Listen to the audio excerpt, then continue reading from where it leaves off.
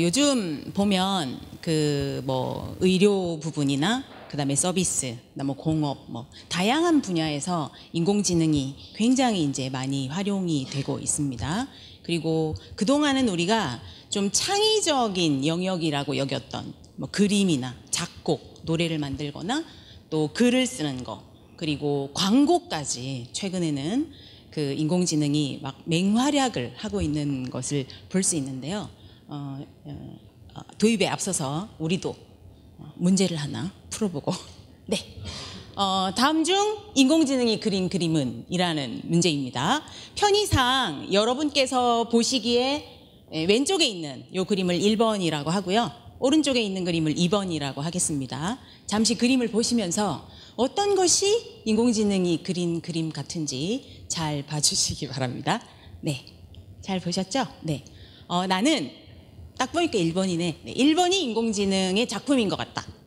네, 내리시고. 네, 아니다. 2번이 인공지능이 그린 것 같다. 나는 2번인 것 같다. 내리시고. 네, 숫자가 비슷비슷하신 것 같은데요. 네, 어떤 게 진짜 인공지능의 작품일까요? 네, 정답은 1번이었습니다. 네, 이 좌측에 보이는 이 그림은 그 마이크로소프트사와 렘브란트 미술관이 공동으로 기획한 인공지능 프로젝트 더 넥스트 렘브란트라는 프로젝트에서 인공지능이 만든 그림입니다. 거의 뭐 육안으로 봤을 때는 차이를 느낄 수 없을 정도로 네, 인공지능의 발달 속도가 굉장히 빠른 것 같습니다. 재작년이죠. 우리나라에서 이세돌 구단하고 이제 알파고가 붙어서 바둑을 이긴 이후로 뭐 퀴즈나 여러 분야에서 또 인공지능들이 활약을 하고 있는데, 올해 초에는 또 스탠포드 대학에서 열린 독해력 테스트에서 인공지능이 근소한 차이긴 하지만 인간을 이겼다는 그런 뉴스도 보도가 되었습니다.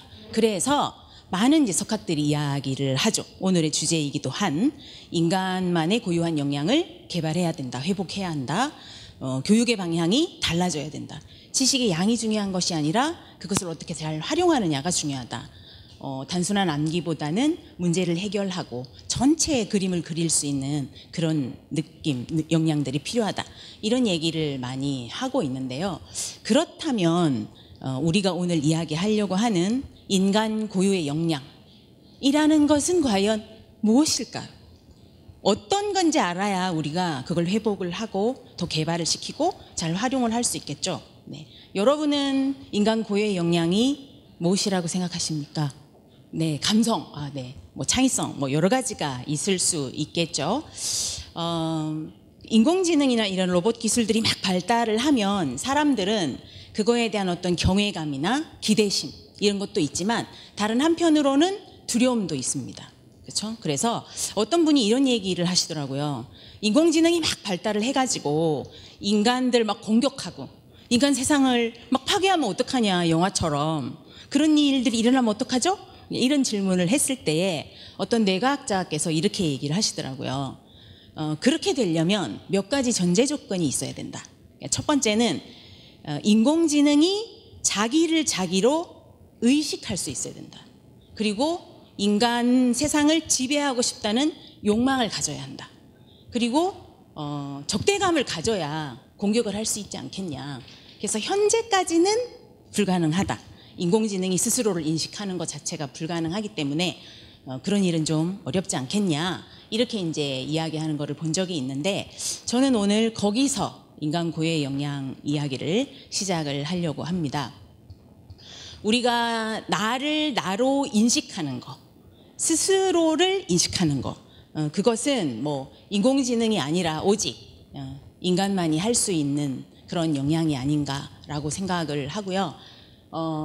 그 스스로를 스스로 자기라고 인식하는 것, 내가 겪게 되는, 나에게 오는 많은 경험들의 의미나 이런 것을 해석하고 그것을 더 확장해 나감으로써 다른 사람의 마음까지 이해하게 되는 그런 공감 능력, 이 두 가지가 오늘 제가 이야기하고 싶은 인간 고유의 역량입니다. 그러면 우리가 지금까지 뭐 책도 많이 봤고 학교도 다녔고 그 자기 바라보기, 자기 이해, 자기에 대한 메타인지 이런 것이 굉장히 중요하고 공감 능력 굉장히 중요하다. 이런 얘기는 많이 들었고 또 배웠습니다. 그래서 더 중요한 거는 정말 그런 역량들을 회복을 하려면 어떤 교육을 우리가 받아야 하고 그것이 생활 속에서 실질적으로 변화, 아까 교수님께서 체인지를 또 이야기하셨는데 어떤 변화를 태도의 변화나 이런 거를 이끌어낼 수 있어야 정말로 우리가 역량을 회복했다 이렇게 이야기할 수가 있을 겁니다.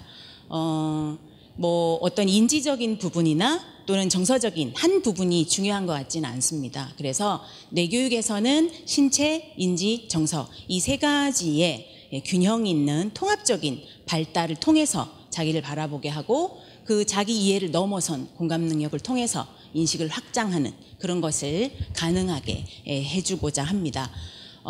자기를 이해하는 거, 제가 이제 메타인지라는 표현을 썼지만 사실 학습적으로 봤을 때에 많은 분들이 이 메타인지를 학습적으로 내가 이것을 아는지 모르는지를 구분하는 거, 이 정도로 이제 생각을 하고 계실 텐데 제가 오늘 이야기하고 싶은 메타인지, 자기에 대한 메타인지는 조금 더 넓게 자기 이해, 자기 바라보기 이렇게 넓은 차원에서 자기를 인식하는 거다. 이렇게 이제 봐주시면 좋을 것 같고요. 자기에 대한 이해나 인식의 첫 번째는 그걸 하려면 뭐를 해야 할까요? 자기에게 집중할 수 있어야 되겠죠. 이거는 혼자 있는 시간하고는 또 좀 다른 것 같습니다. 온전히 자기 내면까지 다 바라보는 그런 시간이 이제 필요한데요.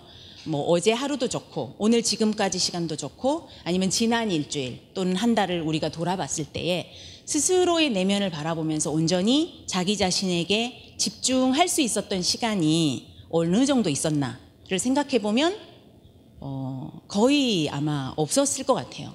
요즘처럼 이렇게 외부적으로 내부적으로 많은 정보들이 올수록 그런 시간이 더 어렵고 그래서 그것이 더 소중한 게 아닌가 이렇게 이제 생각을 한번 해봅니다. 자기에게 집중을 한다는 것은 제일 먼저는 내 몸에 집중을 하는 것이겠죠. 내 몸을 통해서 많은 정보들이 들어오고 경험을 제가 겪게 되는 거니까, 그렇죠? 우리의 뇌를 통해서 들어오는 이런 많은 정보들은 우리의 몸과 뇌는 연결이 되어 있기 때문에 내 몸에 집중한다는 것은 나의 뇌에 집중하는 것이고 그것이 곧 진정 나에게 집중하는 것이 아닌가 이렇게 생각을 하게 됩니다. 그리고 자기를 깊이 인식하게 되었을 때 그 자기 이해를 바탕으로 한 공감이 힘을 발현할 수 있는 그런 공감 능력이겠죠. 뇌교육에서는 이것을 그래서 몸부터 시작을 합니다.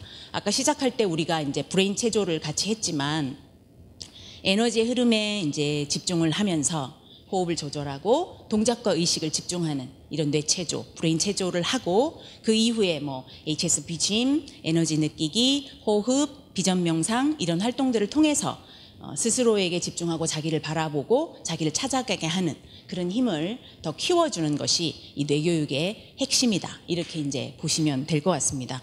그렇다면 실제로 아이들은 이런 뇌교육을 통해서 그것을 어떻게 발현을 하는지 한번 보도록 하겠습니다.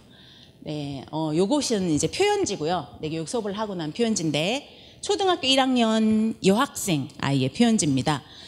아까 그 요술공 이렇게 가슴에 넣으셨잖아요. 그러니까 저희도 성인이나 뭐 아이나 다 다르게 각각의 이제 뇌교육의 에너지 느끼기나 이런 원리들은 조금 더 눈높이에 이제 맞춰서 들어가는데 초등학교 이제 1학년 여자친구가 그 브레인 체조 후에 에너지 느끼기를 하고 이렇게 표현을 했습니다.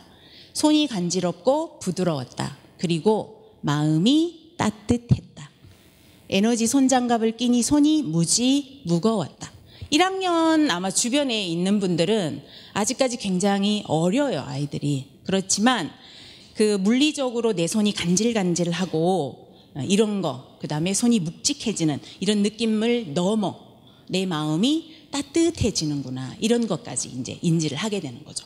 그래서 몸에 대해서부터 집중하면서 시작하는 것이 자기의 인식의 시작이 가능한 거죠. 그다음에 초등학교 4학년 남자 아들이 있으신 분은 아마 이 정도 나오기 굉장히 어렵다는 것을 이해를 더 잘 하실 것 같은데요. 이 친구는 이제 그 뇌교육에는 이제 브레인 체조도 있고 한 동작을 일정 시간 오래 하는 HSP 짐이라는 컨텐츠도 있습니다. 그런 활동을 하고 이렇게 표현을 했어요. HSP 짐을 할 때 내가 할 수 있다고 30번은 말한 것 같고 웃으면 아픔이 덜하다는 것을 느꼈다. 나는 내 끈기력에 이렇게 없는 줄 처음 알았다. 네, 어떤 동작을 할 때 그 통증이 느껴지는 자극이 오는 부위에 보통 집중을 하게 되죠. 브레인 체조나 HSP 짐은 그런 걸 통해서 단순하게 아프다 이런 것도 느끼지만 하기 싫은 본인의 마음, 내리고 싶은 마음 뭐 이런 여러 가지 이것들이 올라오겠죠. 그런 감정들을까지 바라보면서 자기가 어떤 부분에 내가 좀 부족하구나 이런 부분까지 이제 바라볼 수 있는 힘이 생기게 되는 겁니다. 물론 이런 거는 한 번은 했다고 되어지는 것은 아니겠죠. 이런 경험들이 쌓이고 또 학년이 올라가면 조금 더 넓게 자기를 인식을 하게 됩니다. 중학교 1학년 여자친구입니다. 이 친구는 이제 이렇게 표현을 했어요. 오늘 HSP 짐을 할 때 팔이 아프고 힘들기도 하였다. 하지만 그 아픔과 힘든 것보다는 평소 내 자신을 믿지 못하는 자신을 보았다. 내가 생각이 많다는 걸 느꼈다. 그 많은 생각들을 내려놓지 못한 내 자신을 보게 되었다. 마치 내가 가방을 항상 무겁게 들고 다니는 것처럼 말이다. 조금 내려놓는 연습이 필요한 것 같다. 뭐 이렇게 표현을 했습니다. 그러니까 팔이 아프고 힘들고 이런 물리적인 어떤 몸에 느껴지는 신체의 어떤 느낌을 넘어서 내가 지금 내 자신을 믿지 못하고 있구나. 그런 자신을 바라보게 되고 여러 가지 이유들이 있지만 그중에는 내가 생각들이 많고 그 생각을 내려놓지 못하고 있구나. 이 원인도 아는 거고, 그렇죠? 그걸 알았기 때문에 내려놓는 연습을 좀 더 해야겠다. 이렇게까지 하는 거죠. 자기를 현재의 상태에 자기 상태를 바라보는 것이 중요한 이유는 자기의 상태를 자각을 하게 되면 그것을 조절하고 또 활용을 하는 것이 가능하기 때문에 그렇습니다. 그래서 이렇게 자기에 대해서 깊이 인식을 하게 되면 다른 사람에 대해서도 우리가 책이나 그냥 배운 대로 공감해야 돼. 다른 사람을 배려해야 돼. 이런 것이 아니라 아까 뇌교육을 시작한 아이들이 상호작용을 훨씬 더 많이 하는 것처럼 내면에 대한 깊은 자각이 있는 아이들은 공감도 힘이 생깁니다. 그렇죠? 그래서 이렇게 자기에 대한 내적 경험 이런 걸 알아차리는 것이 진정한 공감 능력의 시작이겠죠. 우리에게는 이런 공감 능력이 있기 때문에 조금 더 나은 사람이 되고 싶어 하기도 하고 그리고 우리가 살고 있는 이 사회를 좀 더 좋은 사회로 만들고 싶다. 이런 생각을 하고 실제로 또 그것을 가능하게 하는 것이 우리의 힘인 것 같습니다. 지금 많은 기술들이 빠른 속도로 많이 발달을 하고 있지만 그런 기술들을 단순하게 자본의 흐름대로 흘러가게 하는 것이 아니라 어디가 소외되어 있고 어디가 가장 급하고 이 기술이 어떻게 사용되었을 때 좀 더 큰 가치를 실현할 수 있는가 이런 곳으로 우리가 그것을 쓸 수 있게 하는 것도 우리가 가진 이런 공감 능력의 힘이 아닐까 저는 그렇게 생각을 합니다. 그래서 이런 공감 능력이나 자기에 대한 인식 능력은 모두에게 다 중요하죠. 우리 모두에게 다 중요하지만 특히 청소년들, 아동 청소년들에게 더 중요하다고 할 수 있습니다. 왜냐하면 청소년기는 뭐 호르몬의 변화나 신체의 변화도 일어나는 그런 시기이기도 하지만 뇌도 변화가 일어나는 중요한 시기죠. 감정의 중추인 이 대뇌변형계가 조금 더 많이 활성화되어 있고 사고나 의식, 판단 이런 것을 담당하고 있는 전두엽이나 전전두엽은 아직까지 발달 단계에 있기 때문에 불안정하기도 하고 힘든 시기이기도 합니다. 그러나 많이 과잉 생산되어 있던 이런 시냅스들이 가지치기를 하면서 보다 효율적인 뇌 구조를 만들어가는 중요한 시기죠. 그래서 이때 어떤 교육을 내가 받는지 그리고 어떤 경험을 하는지 누구를 만나는지 그런 거에 따라서 나를 어떤 사람으로 인식하느냐 그리고 내가 가진 가능성을 어디까지 내가 바라보고 인정해 주느냐 이런 것이 가능해지기 때문에 이 시기에 또 교육이 특히 뇌교육이 중요하다고 할 수 있을 것 같습니다. 이렇게 자기 자신에 대한 인식이나 그것을 베이스로 한 공감 능력은 아이들이 이제 꿈을 꿀 때도 그냥 작은 나, 내 가족 이런 세부적인 또는 작은 이기적인 어떤 이런 차원을 넘어서 뭐 민족, 인류, 지구까지 더 큰 차원의 꿈을 꿀 수 있게 하고 단순히 그것이 꿈만이 아니라 현실에서 이루어낼 수 있도록 노력하는 그런 힘이 또 생기게 하는 것 같습니다. 그렇다면 실질적으로 내교육을 받은 아이들은, 요 또래 아이들은 어떻게 그것을 실현을 해내는지 영상을 통해서 좀 보도록 하겠습니다. 내교육의 목표는 홍익인간을 만드는 것입니다. 그리고 비할 내교육에는 그 인재상이 일지영재라고 합니다. 그래서 이 친구는 일지영재로 자란 우리 중학교 1학년 여자친구이고요. 조금 전에 보셨던 그 표현지의 주인공이기도 합니다. 네, 한번 보도록 하겠습니다. 제가 명확한 비전이 있었기 때문에 할 수 있었던 것 같아요. 그 이후로는 긴 시간을 공부할 때도 즐겁고 집중해서 할 수 있었어요. 일지영재가 정말 되고 싶었기 때문에 그 꿈을 이루기 위해서 그렇게 공부를 스스로 해서 그 학기 때는 기말고사 때 평균을 99점을 받았거든요. 그런데 그 결과도 좋았지만 스스로 꿈을 이루기 노력했는 그 과정에서 혜연이 스스로가 자기 자신에게 감동을 받고, 그래서 그런 부분에 대해서 굉장히 자기에 대한 공부에 대한 어떤 자신감이나 그런 부분들이 많이 높아졌었거든요. 저는 스크린에 오늘 배운 내용을 한번 쭉 떠올려 본 다음에 공책에 한번 적어봐요. 그리고 교과서를 보면서 제가 빠뜨린 부분이 뭔지 빨간색으로 적어놔요. 근데 그렇게 한 다음에 문제집을 풀면 좀 더 이해가 잘 되는 것 같아요. 예전엔 그걸 몰랐어요. 내가 지금 집중이 되는지 안 되는지. 그래서 그냥 계속 했었는데 지금은 제 자신을 바라볼 수 있으니까 그걸 조절하면서 공부를 할 수 있게 된 것 같아요. 비전이 확고하고, 그리고 지금은 하고 싶은 마음이 많이 생긴 것 같아요, 공부를. 예전에는 누군가에게 인정받기 위해서 공부를 했었으니까 제 자신을 위해서가 한 게 아니었잖아요. 근데 지금은 인정받기가 아니라 제 비전을 위해서 공부를 하니까 그게 많이 달라진 것 같아요. 그렇게 계속 제 자신한테 질문하면서 제 자신을 많이 알게 된 것 같아요. 그렇게 제 자신을 알게 되니까 다른 사람한테 도움을 주고 싶다는 생각을 하게 되었고, 지금은 나와 민족과 인류를 살리는 지유경영자가 되고 싶다는 그런 생각을 하게 된 것 같아요. 그냥 이 말을 하고 싶었는데, 그냥 꿈을 쪼개면 계획이 되고 그 계획을 이룬다는 것은 내 꿈에 실현되고 있다는 말을 항상 생각하면서 생활을 해요.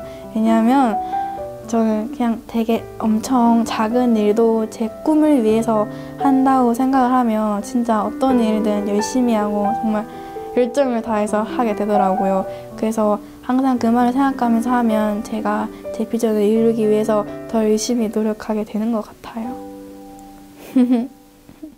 더 많은 사례들을 보여드리고 싶었지만 오늘 시간 관계상 한 친구의 이제 사례를 봤습니다.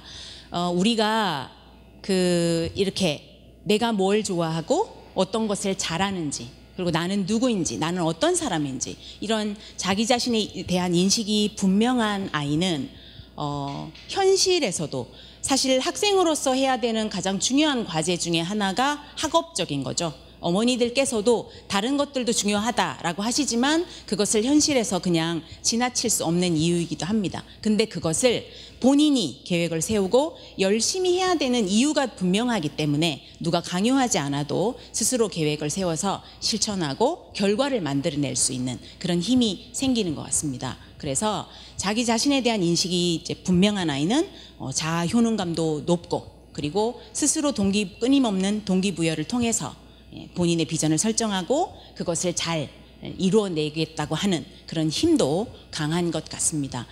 이 친구는 뭐 이제 나와 민족과 인류를 살리는 지구 경영자 이렇게 얘기했는데, 현실적으로는 뇌를 연구하는 어떤 그런 분야를 조금 더 공부를 하거나 또는 사람들의 이렇게 마음을 잘 다뤄주는 심리학을 또 공부를 하고 싶어하는 그런 꿈을 현재는 갖고 있습니다. 우리가 시대가 쭉 변하고 앞으로 이제 이렇게 다가올 미래에 우리만의 고유한 역량을 개발하는 것도 굉장히 중요하고, 기술이 계속 발전하고 있기 때문에 인공지능과 더불어서 살 수 있는 그런 지혜로운 인재가 필요한 것이 사실인 것 같습니다. 우리 많은 아이들이 뇌교육을 통해서 스스로의 가치를 발견하고 자기의 뇌가 가진 가능성을 실현하면서 그렇게 기회를 많이 가졌으면 하는 바람이 있고요. 여기 계신 많은 분들도 뇌교육을 통해서 더 나은 가치를 실현하는 그런 기회들이 되시기를 바라면서 제 이야기는 여기서 마치겠습니다. 감사합니다.